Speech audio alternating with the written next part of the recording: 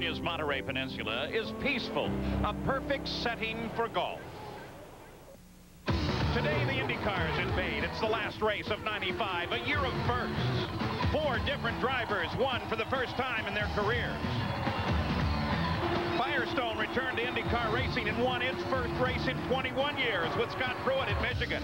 Ford captured the first manufacturer's championship by virtue of its 11 wins. Honda was victorious for the first time in their IndyCar history, winning at Loudon. For the first time since '85, 9 different drivers have won races. 3,600 miles away from the first race at Miami, and less than 200 miles remain. The PPG Cup awaits a new name. From the beautiful Laguna Seca Raceway, it's the final race of the PPG IndyCar World Series. The Toyota Grand Prix of Monterey, featuring the Bank of America 300. Hello and welcome. I'm Paul Page, the final race of the IndyCar season, and this is the man where the spotlight rests. Jacques Villeneuve, you can wrap up the championship here. You must be 8th or better to do so. What does that do to your race? What does that do to the pressure? Well, there's a lot of pressure because we can lose or win the championship this weekend, depending on what happened with Alonso Jr. But it's gonna the plan is gonna depend on what happens in the race. If we can stay in the lead, that's the best way to keep out of trouble. It's better than to be in the middle of the pack and try to avoid anybody. And you know, if you're trying to take it easy, you're gonna break a little earlier, and then you have the other guys fighting. Then that's when something stupid could happen. So if we can stay in the lead, that's where we're gonna try. So it's really more dangerous to lay back and try and only be 8th. Yeah, if you can be in the lead, it's better to stay there.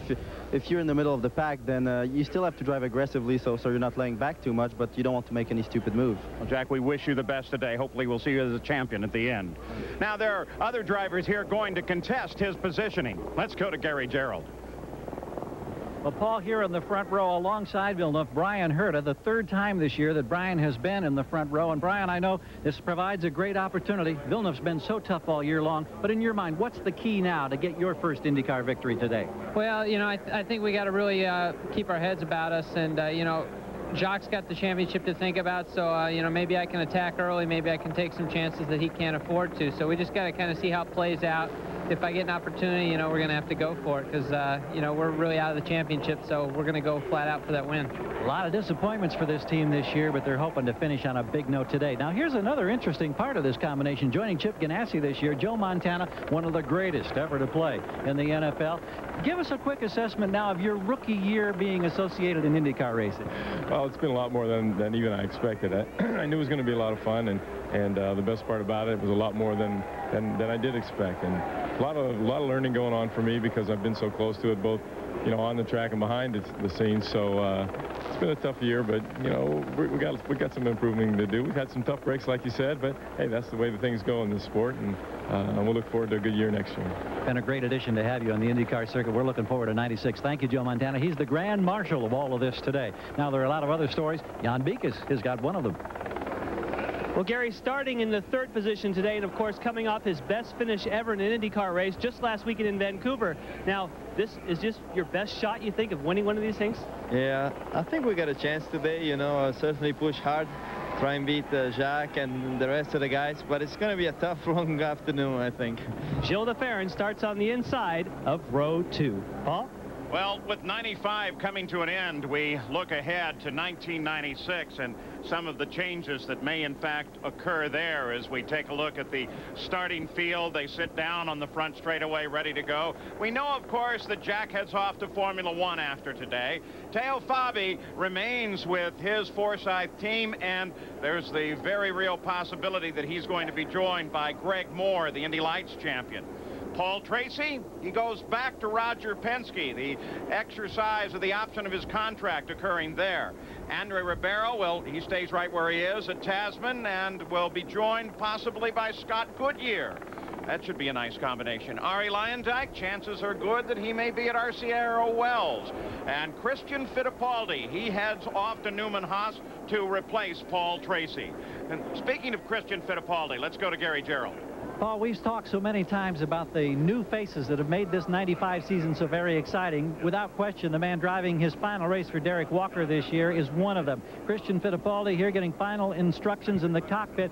He's going to try to wrap up Rookie of the Year honors today. play. But he's got a long way to go in this one. His work is really cut out for him. He's back here in the 9th row. But as we mentioned, final drive now for Derek Walker's team. Paul Newman, incidentally, came by just minutes ago. Congratulated him. He'll be in the Newman-Haas car next year. Paul? All right, Christian Fittipaldi waits, as does the rest of the starting field for the command. For the final time in 1995 to start the engines, Danny Sullivan, recovering from his accident at the Michigan 500, the 88th champion here, is the fellow who will deliver the order to send them into life. Gentlemen, start your engines. All right, cackle them, baby.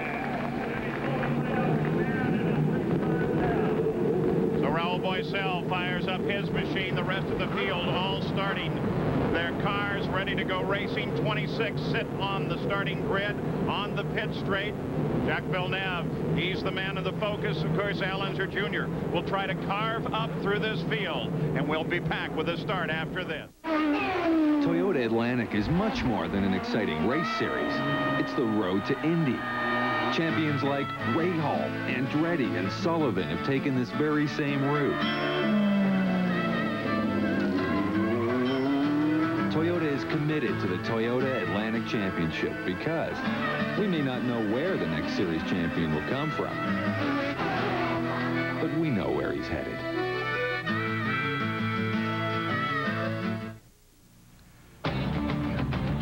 Today's coverage is brought to you by Toyota Motorsports. Our minds are always racing.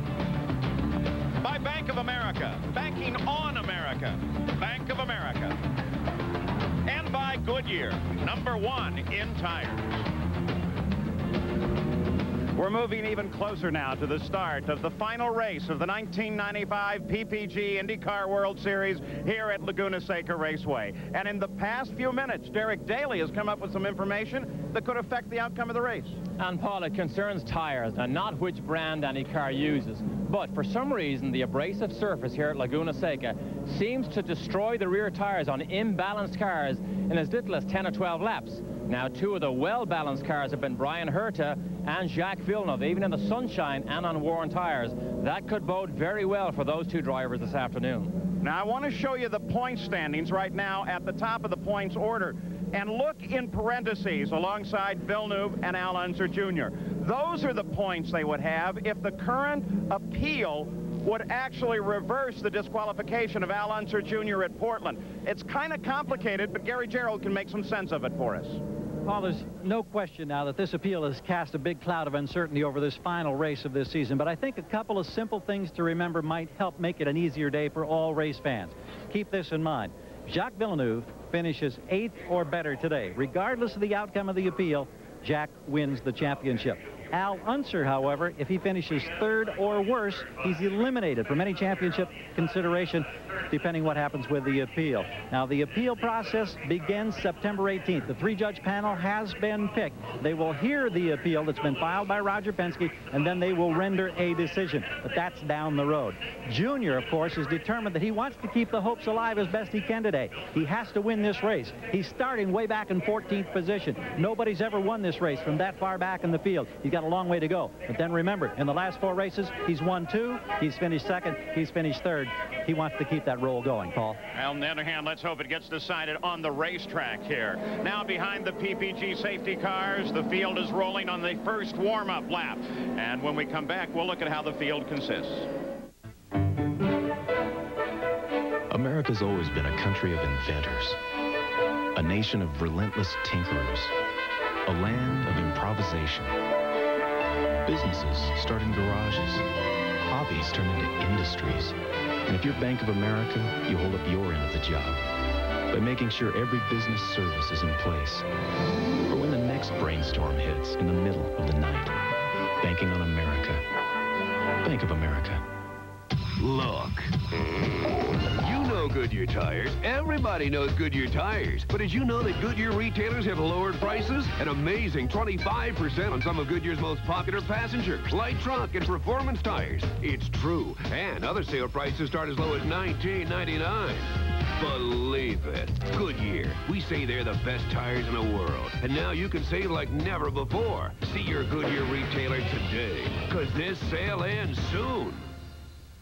Whether your car is Strawberry Pearl Coat, Santa Fe Silver, or Candy Apple Red, a PPG certified collision repair shop uses premium paint and a palette of over 100,000 colors to precisely match your car's color, whether it's champagne metallic, emerald green, or banana yellow. PPG premium paint, the right match for your car.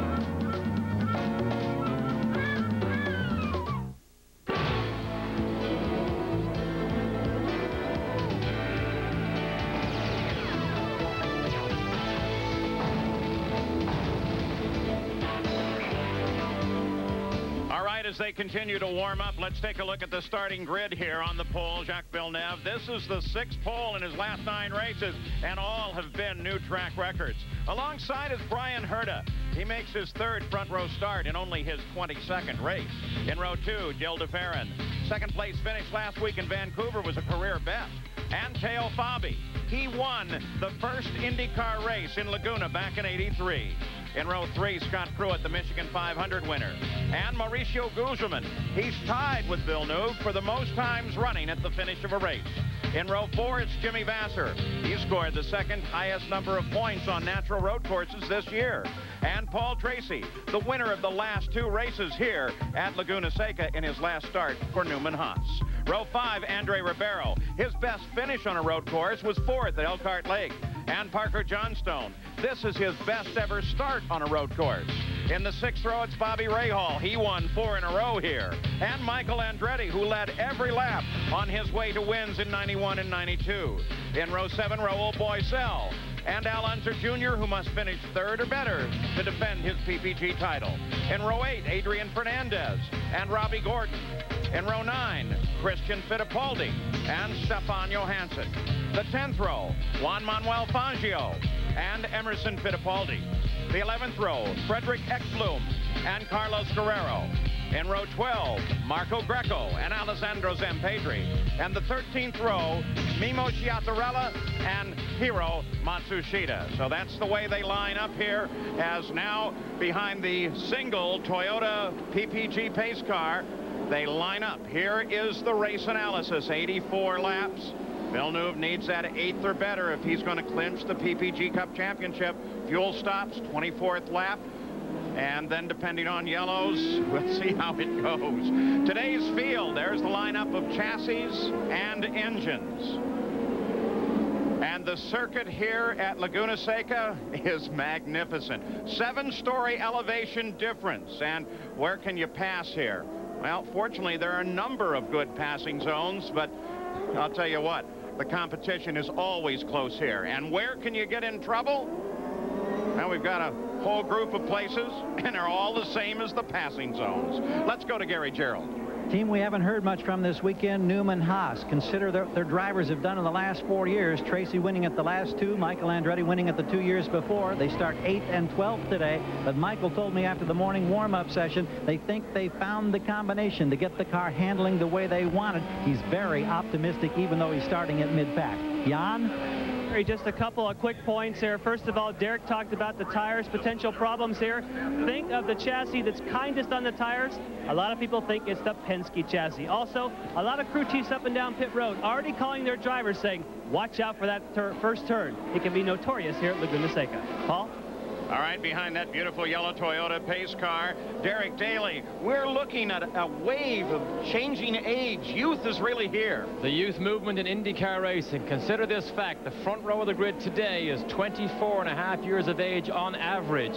2 years ago, Emerson and Paul Tracy were on the front row. That was an average of 35 years of age. And just 5 years ago, the average age was 45 years of age when Mario and Danny Sullivan started on the front row of the grid. So youth and bravery are to the forefront here at IndyCar racing. They climb the hill now. This is up to the top of the elevation at this beautiful racetrack here.